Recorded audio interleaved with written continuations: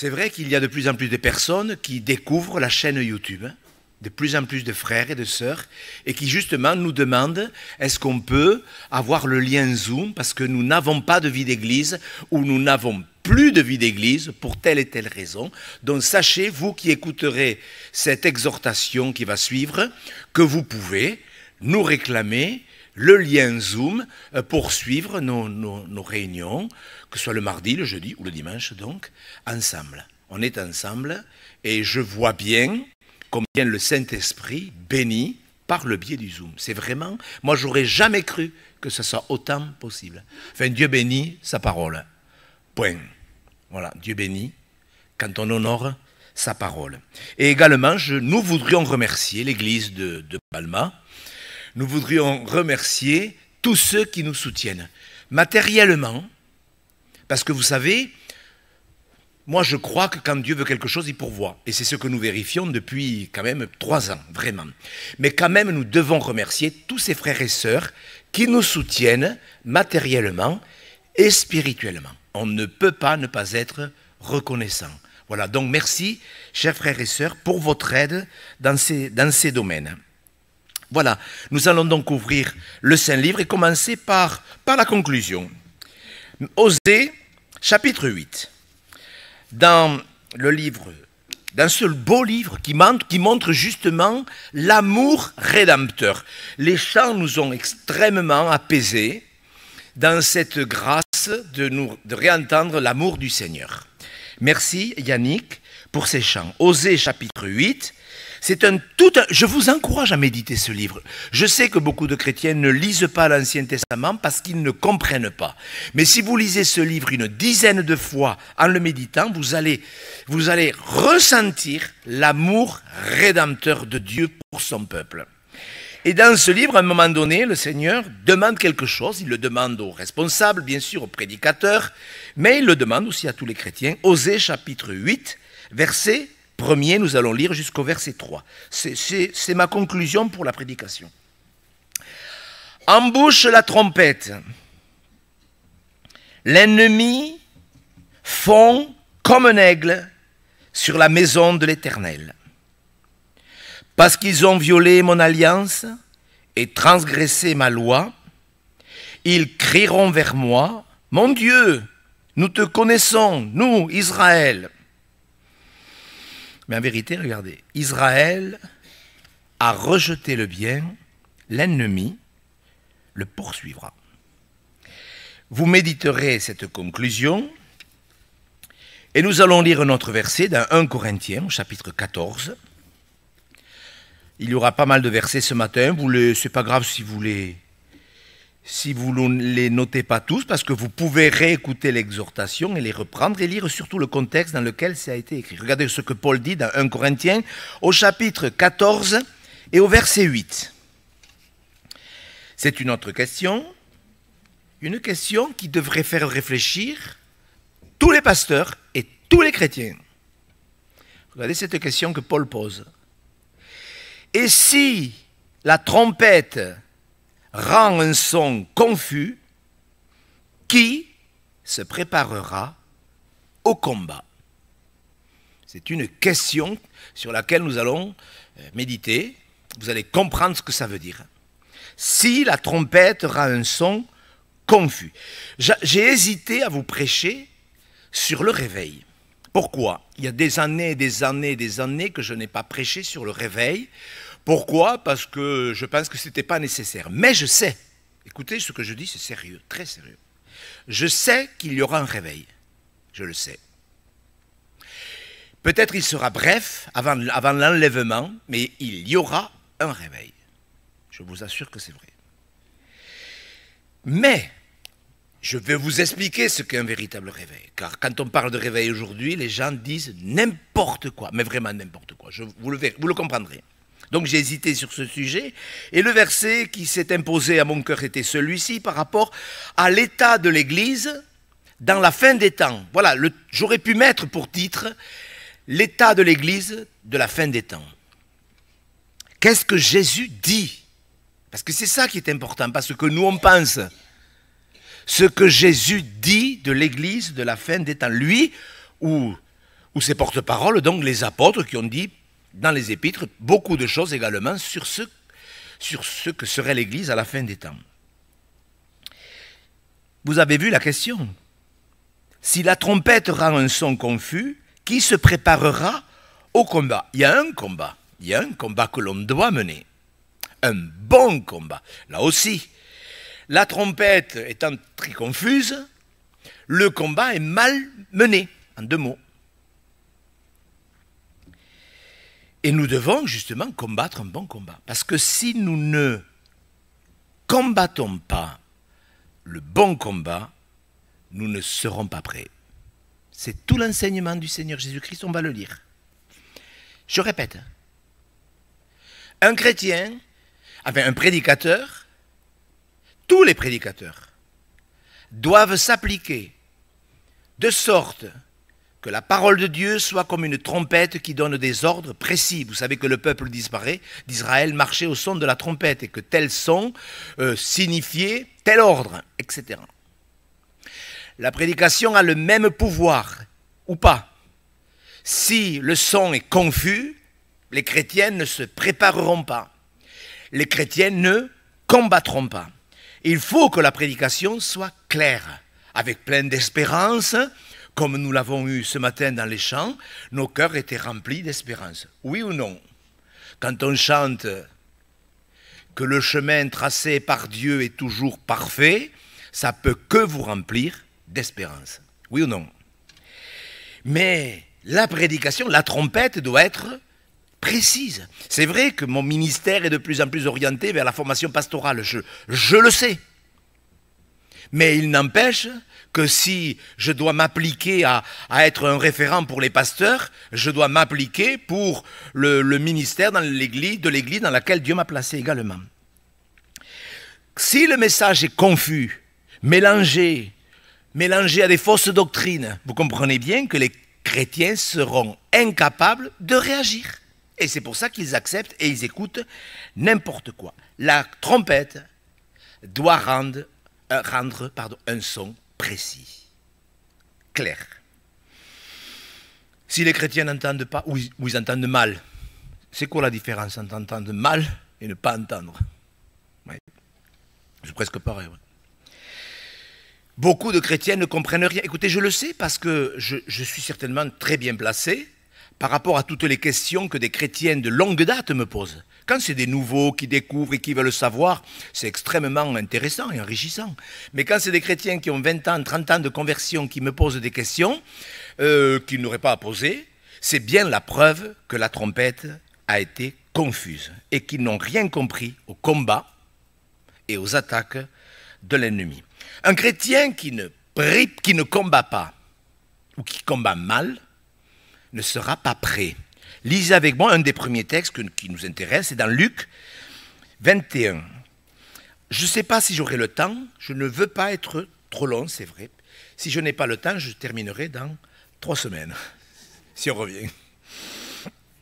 Luc 21, ils nous ont supplié de rester, je ne sais pas si on ne va pas y rester quelques années, je ne sais pas. Ouais. Luc 21, verset 33. Ce sont des prophéties. Vous savez, souvent les gens, quand ils lisent la Bible, déjà ils ne sont pas capables de voir si c'est un encouragement, un avertissement, un enseignement, si c'est un reproche, etc. Ou une prophétie. Quand on lit, mes frères et sœurs, écoutez, moi je ne veux pas que vous soyez tous des pasteurs, mais quand même, vous devez savoir si un texte est prophétique. Regardez. Le ciel et la terre passeront, mais mes paroles ne passeront point. Prenez garde à vous-même, de crainte que vos cœurs ne s'apesantissent par les excès du manger et du boire, et par les soucis de la vie, et que ce jour vienne sur vous à l'improviste. Car il viendra, oui, il viendra ce jour. Il viendra comme un filet sur tous ceux qui habitent sur la surface de toute la terre. Veillez donc et priez en tout temps, afin que vous ayez la force d'échapper à toutes ces choses qui arriveront et de paraître debout devant le Fils de l'homme. Amen. Voyez là, le bon sens nous rappelle, on sait que dans les derniers jours, il y aura des famines. Oui, C'est écrit. Mais là, il nous est parlé que dans les derniers jours, il y aura aussi des excès du manger et du boire. Vous voyez, donc il y a des endroits du monde qui seront envahis par la famine, et il y a des endroits du monde, comme le nôtre, oui, où les gens seront pas conscients et tomberont dans les excès du manger et du boire. Parce que c'est magnifique d'avoir le congélateur plein. Enfin, soyons sérieux quand même. Oui ou non? Combien de gens jettent de la nourriture? C'est pas vrai? Vous voyez? Faites attention. Vous voyez, c'est ça la trompette. Oui, il y aura des famines. Oui, il y aura des excès. Il n'y aura pas des famines partout. Il y aura des endroits où les chrétiens se feront piéger par les excès du manger et du boire. Donc ceux qui ne veillent pas et ceux qui ne prient pas n'auront pas la force d'échapper. C'est ça ce que Jésus explique. Comment sera l'Église de la fin des temps? Un chrétien qui ne prie pas, un chrétien qui ne veille pas, s'attiédira, s'épuisera et ne sera pas debout, puisque le Seigneur nous demande d'être debout lorsqu'il reviendra nous chercher. L'ennemi a des ruses. Alors, je vous demanderai de méditer 4 chapitres de la Bible. Faites-le parce que je n'ai pas le temps de vous l'expliquer. C'est dans le livre des Nombres, Nombres 22 à 25. S'il vous plaît, faites-le. Regardez, vous connaissez l'histoire de Balak et de Balaam. Vous connaissez cette histoire? Vous savez comment Balak, il a eu peur quand il a vu le peuple d'Israël, alors qu'ils étaient dans le désert. Mais quand même, ils étaient dans le désert, mais à cette époque... Dans le désert, il n'y a pas eu que des problèmes. Dans le désert, à un moment donné, le peuple d'Israël a été béni. Vraiment béni. On n'en parle pas souvent de ça, c'est dommage. À un moment donné, ils ont obéi à Moïse, ils ont combattu des nations et ils ont remporté de belles victoires. Pourtant, ce n'était pas un peuple de guerriers. Et Balak, qui a vu arriver le peuple d'Israël, a été vite à la rencontre d'un prophète excellent, qui s'appelait Balaam. Et bien sûr, Balaam, il a dit, non, moi je ne vais pas marcher dans tes combines, je ne vais pas maudire Israël. Et au départ, on sent un homme, on le sent déterminé. Vous lisez cette histoire pour que vous compreniez que Balak représente Satan.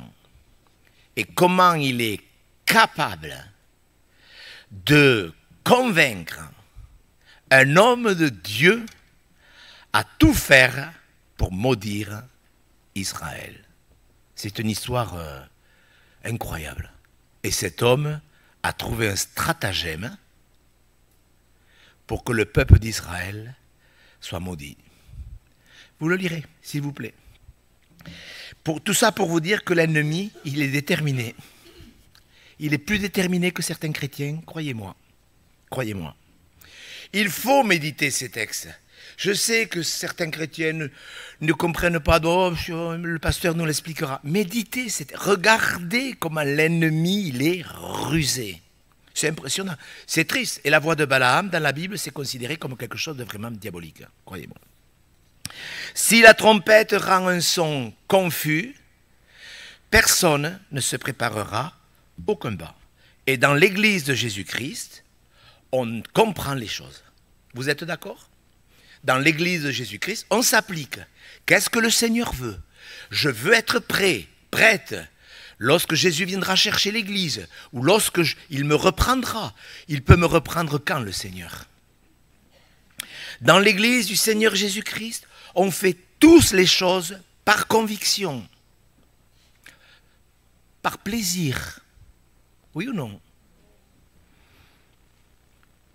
On fait les choses par plaisir? Michael, vous avez fait... Ou Yannick, parce qu'il a plusieurs prénoms. Ça aussi. Yannick, vous avez fait par plaisir? Ouais. Dans l'Église du Seigneur, on écoute avec plaisir. Bien sûr, si la trompette est confuse, peut-être le plaisir ne viendra pas. Les commandements de Dieu ne sont pas pénibles. Vous entendez? C'est écrit. Les commandements de Dieu ne sont pas pénibles. Et nous devons tous réentendre que la maison du Seigneur est une maison de prière. Et vous savez que nous sommes une maison de prière, mais chacun d'entre nous, nous sommes le temple du Saint-Esprit. Vous le savez? Chacun d'entre nous, nous sommes le temple du Saint-Esprit. Donc Jésus a parlé, il voyait que cette prévenance, comment serait l'Église à la fin des temps. Matthieu 7. Matthieu 7, il l'a dit, à la fin du sermon sur la montagne, regardez comment il explique. Matthieu chapitre 7, c'est la fin du sermon sur la montagne, verset 21. Ceux qui me disent, Seigneur, Seigneur, il y a beaucoup de chrétiens évangéliques qui prient comme ça. Seigneur, Seigneur, Seigneur, Seigneur, qui répètent toujours. Il n'y en a pas? Des gens qui récitent des prières, des gens qui prient pour prier. Ceux qui me disent, Seigneur, Seigneur, n'entreront pas tous dans le royaume des cieux, mais seulement celui qui fait la volonté de mon Père qui est en ces lieux, qui est dans les cieux. Plusieurs me diront en ce jour-là, vous voyez, c'est une prophétie, ça se passera le jour où Jésus va revenir. En ce jour-là, plusieurs me diront en ce jour-là, Seigneur, Seigneur, n'avons-nous pas prophétisé par ton nom? N'avons-nous pas chassé des démons par ton nom? N'avons-nous pas fait beaucoup de miracles par ton nom? Alors, je leur dirai ouvertement, je ne vous ai jamais connu, retirez-vous de moi, vous qui commettez l'iniquité. Vous avouerez que c'est quand même confus. Est-ce que vous comprenez? D'un côté, des miracles, des guérisons, et de l'autre, des hommes qui n'obéissent pas à Dieu. Vous êtes d'accord avec moi? Vous le voyez comme moi? Qu'est-ce que ça veut dire? Ça veut dire que quand Jésus reviendra, il y aura beaucoup de confusion. Et c'est ce qui se passe dans bien des endroits. Dieu permet que certains chrétiens soient exaucés, que des prières soient exaucées, parce qu'il honore son nom. Vous le comprenez? Quand on prie au nom de Jésus, Dieu honore son nom, Dieu honore la personne qui crie à Dieu, comme on l'a entendu ce matin. Quand quelqu'un crie à Dieu, quand quelqu'un supplie Dieu, vous l'avez entendu? Le Seigneur nous délivre de nos détresses. D'un côté, on peut être exaucé parce que Dieu est bon, parce que Dieu est miséricordieux. Et en même temps, il y a de la confusion parce que dans certaines églises, ou dans beaucoup d'églises, il y aura de l'iniquité. Vous comprenez? Quand la trompette ne rend pas un son confus, voilà ce qui se passe. Quand la trompette n'est pas claire, voilà où on en arrive. Et voilà où l'église va arriver. Elle y est déjà. Mais ça n'empêche, et c'est pour ça que j'ai commencé, parce que je le sais. Vous savez, quand je dis je le sais, c'est sérieux. Je sais qu'il y aura un réveil. Mais il n'empêche que sur la terre entière, dans bien des endroits, il y aura cette confusion. Beaucoup de miracles peut-être. Ce n'est pas parce qu'il y a des miracles, ce n'est pas parce qu'il y a des guérisons, que les personnes sont dans l'obéissance à la parole de Dieu. Et nous ne devons pas gober n'importe quoi parce que Dieu bénit ou parce que Dieu a agi. Nous ne devons pas gober certaines choses. S'il y a de l'iniquité, vous devez vous méfier. Dans une église, écoutez-moi les frères et sœurs qui écouteraient cette prédication. S'il y a de l'iniquité dans votre église, je vous conseille de demander au Saint-Esprit qui vous éclaire. Ne recevez pas n'importe quoi parce qu'il y a de temps en temps une guérison. Soyez sérieux, voyez. La confusion dans une église. Incapable de savoir si quelque chose est spirituel ou pas. C'est triste. Franchement, c'est triste d'avoir 10 ans, 15 ans de conversion. Je le sais, mais il faut que vous me rendez compte. Tous ces anciens, même d'église, qui m'appellent. Monsieur Gau, je suis dans une église. Je suis membre d'un CA. Je suis responsable d'une église. Il y a l'iniquité dans mon église, mais de temps en temps, il y a des bénédictions. Qu'est-ce que je dois faire? Eh oui, il faut savoir. Vous demandez au Seigneur, ce n'est pas à moi de vous dire ce que vous devez faire. C'est à vous, en votre âme et conscience, si votre conscience est encore vivante, aiguisée, de savoir ce que vous avez à faire. Car quand vous passerez devant Dieu, ce n'est pas mon conseil qui va vous diriger. C'est le Saint-Esprit qui devrait vous conduire. Enfin, quand même. La confusion, elle est là. Jésus leur dit, vous qui commettez l'iniquité. Vous savez, il y a des églises, je le dis sans humour, c'est des clubs. C'est des clubs religieux où il y a autant de péchés que dans le monde. Est-ce que vous croyez que j'exagère? Vous voyez, on pourra me dire, mais quand même. Oui, il y a des églises où il y a autant de péchés que dans le monde. Quand la trompette rend un son confus, le chrétien il ne peut pas faire la différence entre le pur et l'impur. Il ne peut pas faire la différence entre le saint et le profane, entre le précieux et le vil. Vous connaissez ces textes de l'Ancien Testament. La trompette, elle doit vous permettre de dire ça c'est pur, ça c'est impur, ça c'est saint, ça c'est profane, ça n'a rien à voir dans l'église. Et quand on est membre d'une église, quand on est responsable dans une église, même quand on est simplement un membre actif de l'église, on doit s'appliquer à dire ça, on ne veut pas de ça, ça n'a rien à faire dans l'église, c'est de l'iniquité. Et si on vous répond oui, mais quand même le Seigneur bénit de temps en temps, non, il y a des choses qui n'ont rien à faire dans l'église, qui est l'approbation de Dieu ou pas d'ailleurs. Ou pas. Matthieu 24. Non, je n'aurai pas le temps de tout vous lire, c'est sûr. Mais on le fera prochainement, si le Seigneur le permet. Matthieu 24, vous connaissez ce texte, Matthieu 4, versets 4 et 5 d'abord. Vous voyez, Jésus leur dit, prenez garde que personne ne vous séduise, car plusieurs viendront sous mon nom, disant, c'est moi qui suis le Christ, et ils séduiront beaucoup de gens. Jésus est clair, ils ont posé une question et il leur répond, prenez garde. Donc un chrétien, il fait attention. Quand vous êtes dans une église, vous devez absolument faire attention à ce que vous entendez. Est-ce que c'est biblique? Les chrétiens de Béret, ils vérifiaient si tout ce que Paul disait était scripturaire. Tout. Beaucoup de chrétiens seront séduits. Écoutez, c'est Jésus qui le dit. Ils seront séduits parce qu'on leur présente un Christ. Vous avez vu? C'est moi qui suis le Christ. Mais il y a beaucoup d'églises où on accepte un Christ qui permet tout, qui accepte tout. On peut tout faire. Du moment que vous croyez en Dieu, vous irez au ciel. C'est un autre Christ. Ce n'est pas le Christ de la parole. Est-ce que vous comprenez? C'est un drame, frères et sœurs.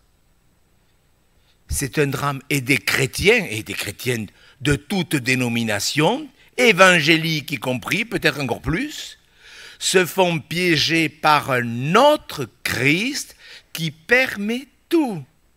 Vous pouvez tout faire. Vous irez au ciel. Oui. Ce n'est pas le Jésus de la Bible. Le Jésus de la Bible, il est exigeant. Vous le croyez? Je vous pose une question sincère, sérieuse. Est-ce que vous voudriez, vous, d'un Dieu qui n'est pas exigeant? Vous voudriez, vous, d'un Dieu qui laisse tout passer? Ça sert à rien, exactement. Le Seigneur l'a dit, ils se diront beaucoup de gens. Et comme je vous le dis, c'est vrai. Je suis bien placé pour savoir qu'il y a des chrétiens qui écoutent et qui acceptent un autre Christ. Ils s'imaginent que c'est le Jésus de la Bible, ce n'est pas le Jésus de la Bible. D'ailleurs, au verset 11, il le dit, plusieurs faux prophètes s'élèveront. Et il recommence le Seigneur. Et ils séduiront beaucoup de gens. Vous voyez, il répète. Ils séduiront beaucoup de gens. Et parce que l'iniquité se sera accrue, l'amour du plus grand nombre se refroidira. Vous voyez, c'est ça le problème. Le tableau est clair. Beaucoup de gens seront séduits par un autre évangile, un autre Jésus, un autre esprit qui n'a rien à voir avec l'esprit de Dieu. Le résultat sera quoi? Le refroidissement des cœurs. Combien de cœurs sont froids? Combien de chrétiens vont à l'église mais leur cœur est froid? Ils ne vibrent jamais. Il n'y a jamais de plaisir à ouvrir le Saint-Livre. Ah, Seigneur, je vais plonger mes regards dans les Saintes Écritures. Qu'est-ce que tu veux me rappeler ce matin? Qu'est-ce que tu veux me dire? Aucun plaisir, le refroidissement. Et en plus, on croit tout. On croit n'importe quoi, du moment que le pasteur est rempli d'onction, plein d'onction. Parce qu'il transpire. Il y a les pasteurs, ils transpirent. Alors je sais, ça vous fait rire. Hein. Mais vous comprenez bien que ce n'est pas parce qu'un pasteur transpire qu'il a l'onction. Un jour, on m'a dit ça. Non mais, j'ai cru que le frère, il riait. Il me dit, ce frère, il a l'onction. Et j'ai dit, pourquoi? En plus, il faisait que parler de lui, le pasteur. Dit, bon, vous savez, quand un pasteur parle que de lui sur l'estrade, et mais parce qu'il transpire. Non mais sérieux, mais voyez, pour lui, cette exubérance, cette excitation, c'était de l'onction. En plus, le pasteur, il disait souvent Alléluia, Alléluia. Alors, un pasteur qui dit Alléluia toutes les 30 secondes, enfin, moi, ça m'agace. Mais, non mais c'est vrai, en plus c'est vrai, ça m'agace. Mais voyez ce que je veux dire? Alors ça fait spirituel. Mais mes frères et sœurs, ils séduiront beaucoup de gens. Parce que l'iniquité se sera accrue, l'amour du plus grand nombre se refroidira. Et c'est pas parce qu'un pasteur répète Alléluia toutes les 30 secondes et qui dit Oh Saint-Esprit toutes les 45 secondes que ces gens sont spirituels. Vous devez regarder si l'enseignement est scripturaire. Vous devez le vérifier, frères et sœurs. Beaucoup de chrétiens ne résistent pas à l'iniquité. Ils sont pris. La trompette n'ayant pas rendu ce son clair, ils sont pris, ils sont aspirés. Ils ne se préparent pas, donc ils ne combattent pas. Je vous pose la question, est-ce que vous combattez le bon combat? Le bon combat. Dans la prière, lorsque, je ne sais pas, d'un moment de la journée, vous dites, je veux vraiment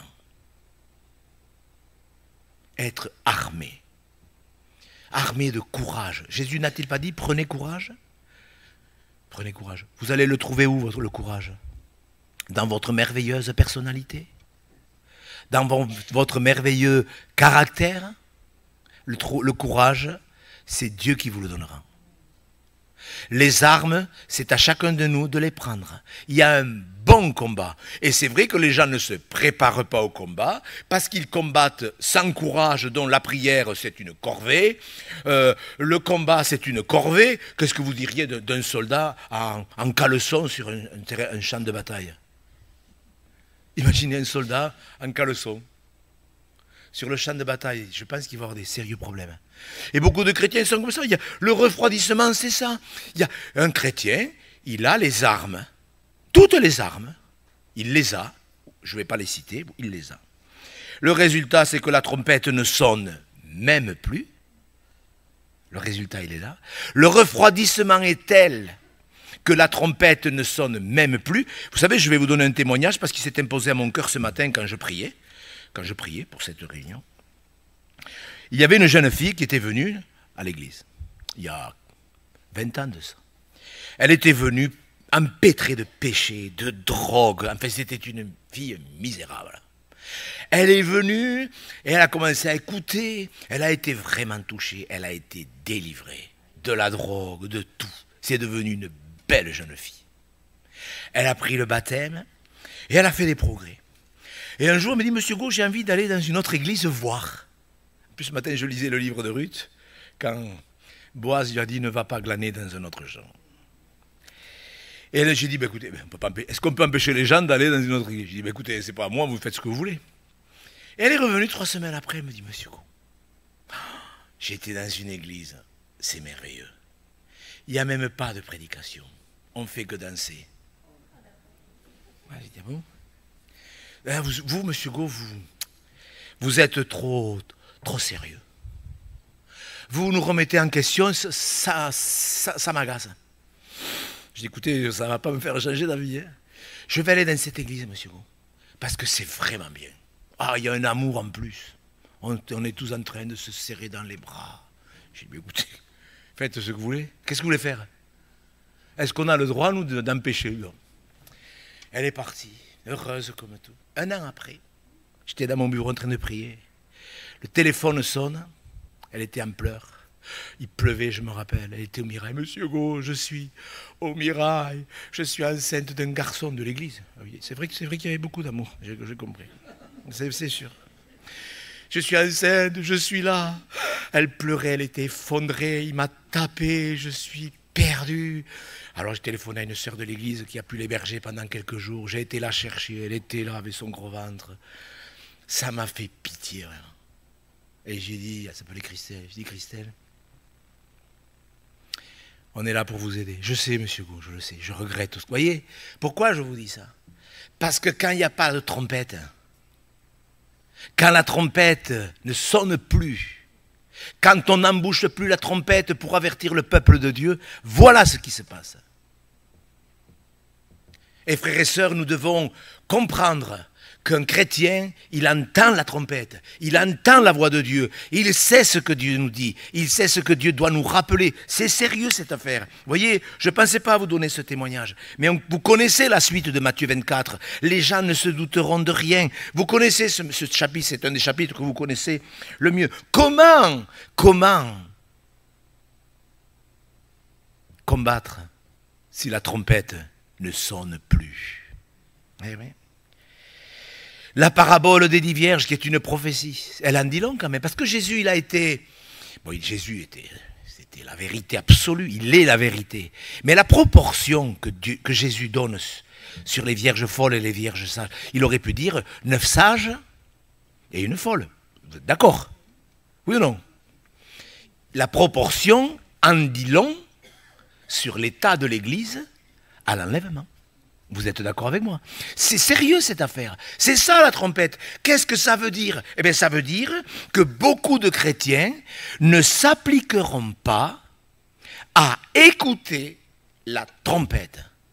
Beaucoup de chrétiens, vous savez, ils se contentent de leur religion. Voilà, c'est ça. C'est ça notre Jésus. Mais toutes les religions sont bonnes. Il y a un pasteur, même dernièrement, qui a prêché, un pasteur évangélique, qui a prêché que nous avions le même Dieu que les musulmans. Ouais. Voilà. Et ça a été bien sûr validé et accepté. Croire aux noces, la parabole des fautes, moi j'ai prêché longtemps sur la parabole des 10 vierges. Qu'est-ce qu'elle signifie? Que croire aux noces, ça ne suffit pas. Croire à l'enlèvement, ça ne suffit pas, frères et sœurs. Ça ne suffit pas.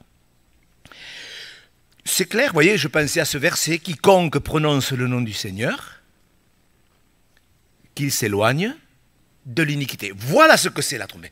Je suis chrétien, je prononce le nom du Seigneur. Le nom du Seigneur est pour moi vraiment le Seigneur, il est le Sauveur, il est le Dieu tout-puissant, incarné. Je prononce le nom du Seigneur, je m'éloigne de l'iniquité. Dans Luc 12, vous voyez, on poursuit. C'est bien de poursuivre toutes les prophéties que Jésus a données. Vous voyez, Luc 12, 35 à 40. Alors, il ajoute quelque chose de précis là-dedans. Il ajoute, vous voyez, Luc 12, 35 à 40. C'est pour vous aider à méditer. Voyez que vos reins soient sains, vos lampes allumées. Et vous, soyez semblables à des hommes qui attendent que leur maître revienne des noces, afin de lui ouvrir dès qu'il arrivera et frappera. Heureux ces serviteurs que le maître à son arrivée trouvera veillant. Je vous le dis en vérité, il se scindra, les fera mettre à table et s'approchera pour les servir, qu'il arrive à la 2e ou à la 3e veille. Heureux ces serviteurs s'il les trouve veillants. Sachez-le bien, si le maître de la maison savait à quelle heure le voleur doit venir, il veillerait et ne laisserait pas percer sa maison. Vous aussi, tenez-vous prêts, car le Fils de l'homme viendra à l'heure où vous n'y penserez pas. C'est la même chose, sauf que Jésus insiste avec cette précision, tenez-vous prêts. Voilà, vous voyez, tenez-vous prêts. Il ne faut pas que veiller, il faut prendre garde, tenez-vous prêts. Parce que beaucoup de gens ne s'imaginent pas, ils ne seront pas prêts. Parce qu'on leur dit qu'ils peuvent faire comme le monde. Les chrétiens, ils peuvent vivre comme les gens du monde. Alors, est-ce qu'on a droit à se détendre? Bien sûr. Mais écoutez, est-ce qu'il faut une exhortation compliquée pour expliquer aux gens la différence entre la détente saine et le fait d'aimer le monde? Écoutez, n'aimez pas le monde. Il y a des choses mondaines. Quand le Fils de l'homme viendra, trouvera-t-il la foi sur la terre. Je n'ai pas le temps de prêcher, je ferai la suite une autre fois. En tous les cas, une chose est sûre, frères et sœurs, c'est que dans les derniers jours, les gens seront irreligieux. Ils iront à l'église, en même temps, ils ne supporteront pas la saine doctrine. On va quand même lire ce verset je le fais par rapport aux gens qui découvrent l'évangile. Là, c'est plus Jésus, c'est les apôtres qui prennent le relais. 1 Timothée, chapitre 4. Je ne voulais pas le prendre parce qu'il y a une vingtaine de textes encore. Donc je veux pas alourdir, ça suffit ce que j'ai dit. On a pris quelques textes où Jésus explique ce que sera l'Église à la fin des temps parce que la trompette est confuse. Mais lisons ce verset s'il vous plaît. 2 Timothée, pardon. 2 Timothée, chapitre 4. Vous écoutez pas bien. Vous écoutez pas bien, j'ai dit. 2 Timothée, chapitre 4, verset 1er. Vous voyez, en plus, Paul conjure Timothée. Vous voyez, conjurer, c'est pas dire bon, dis-leur. Non, c'est pas ça. Conjurer, ça veut dire je te prie avec instance. C'est tellement solennel. C'est tellement sérieux. Vous voyez, je t'en conjure. Vous voyez, c'est profond quand même.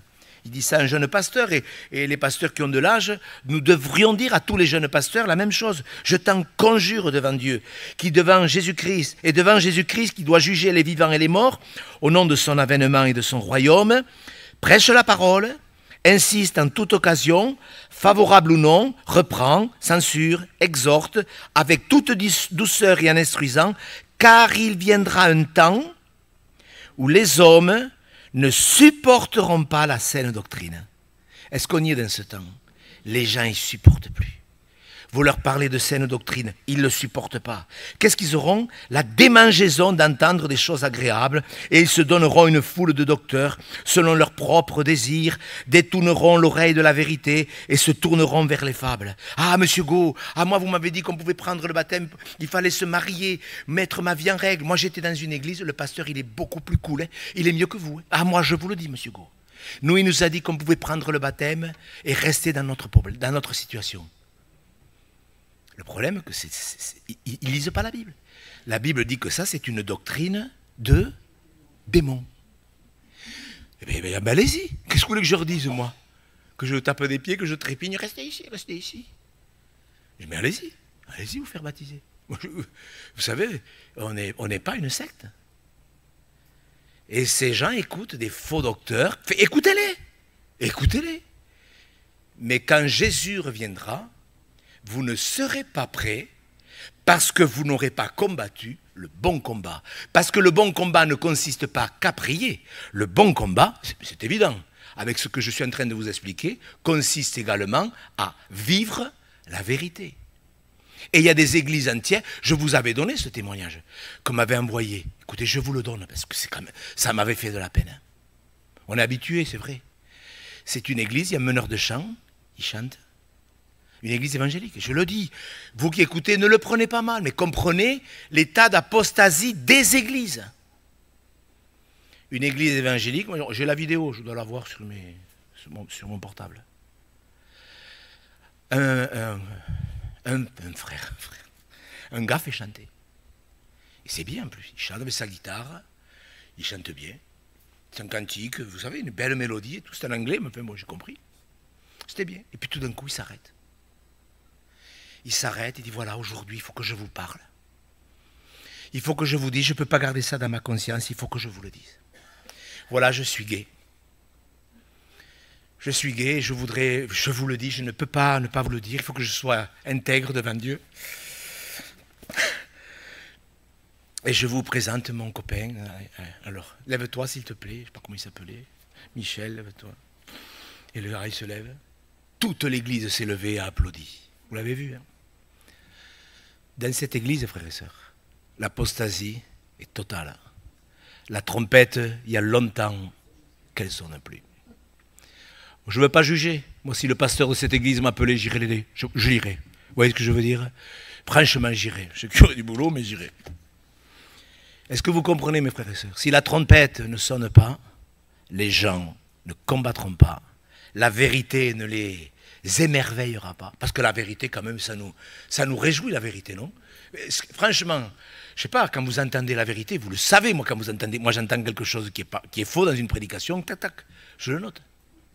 J'avais été dans une église, il y avait le président d'une fédération qui prêchait, c'était pas une église évangélique, c'est pas une église ADD. Et avec ma femme, on était en vacances et j'ai dit, tiens, on va aller dans cette église. Et à la fin, il est venu nous voir, c'était le président de la dénomination. Et puis à la fin, il vient me voir, il me dit, ah, monsieur, bonjour, madame, tout ça, vous êtes d'où? Ben, de Toulouse. Je ne voulais pas dire. Ah bon? Ah, mais moi je connais quelqu'un à Toulouse. Ah bon? C'est qui? Ben, c'est le pasteur Go. Ah, c'est vrai? Bon, oui. Mais vous le connaissez? Ben oui, on le connaît, oui, c'est moi. Ah, monsieur Go, il me dit, voilà. Ah, vous avez écouté ma prédication? Oui. Et qu'est-ce que vous avez pensé? J'ai dit, ben, il y avait 3 erreurs. Au début, au milieu et à la fin. Dites-moi-les, s'il vous plaît. Je le lui ai dit. Et il m'a téléphoné 1 an après pour me demander des conseils. Mais vous voyez pourquoi je vous dis ça? Parce que quelqu'un qui connaît la vérité, il ne se fera pas piéger. Le seul moyen, c'est que la trompette soit claire. Et je m'adresse à tous les chrétiens et à tous les pasteurs. C'est pour ça qu'on va relire la conclusion. On va relire la conclusion dans Osée. Je m'adresse à tous les pasteurs qui écouteront ce message. Je vous le dis avec beaucoup d'affection et beaucoup d'amour. Je ne suis pas dans le jugement. Des fois, on me traite d'être dur. Je ne pense pas être dur. Mais je m'adresse aux pasteurs qui écouteront ce message, ou vous, chrétiens, qui peut-être enverrez ce message à des pasteurs. Je vous le dis avec affection. Moi, j'aime les pasteurs. Et je vous le dis, prenez ce texte avec sérieux. Embouche la trompette. L'ennemi fond comme un aigle sur la maison de l'Éternel parce qu'ils ont violé mon alliance. Ils crieront vers moi, mais qu'est-ce qui se passe? Israël a rejeté le bien. Et quand l'Église rejette la vérité, l'ennemi, il fond comme un aigle. Et le seul moyen, c'est que nous embouchions la trompette et que nous jouions comme il faut. Prions le Seigneur, frères et sœurs. Nous te bénissons, Seigneur Jésus. Nous voulons, dans notre Église, même si nous voulons être des instruments de bénédiction pour toutes les Églises, dans l'Église où nous sommes, nous voulons que la trompette ait le son le plus clair possible.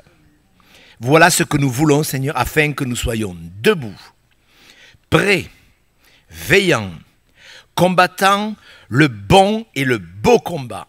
Que tu nous trouves debout, Seigneur, comme ces vierges sages avec de l'huile dans leurs lampes. Nous anticipons ce moment, que ce soit le jour de notre décès ou le jour de l'avènement, que ce soit l'un ou l'autre, Seigneur, qu'importe, nous anticipons ce moment comme un moment de joie.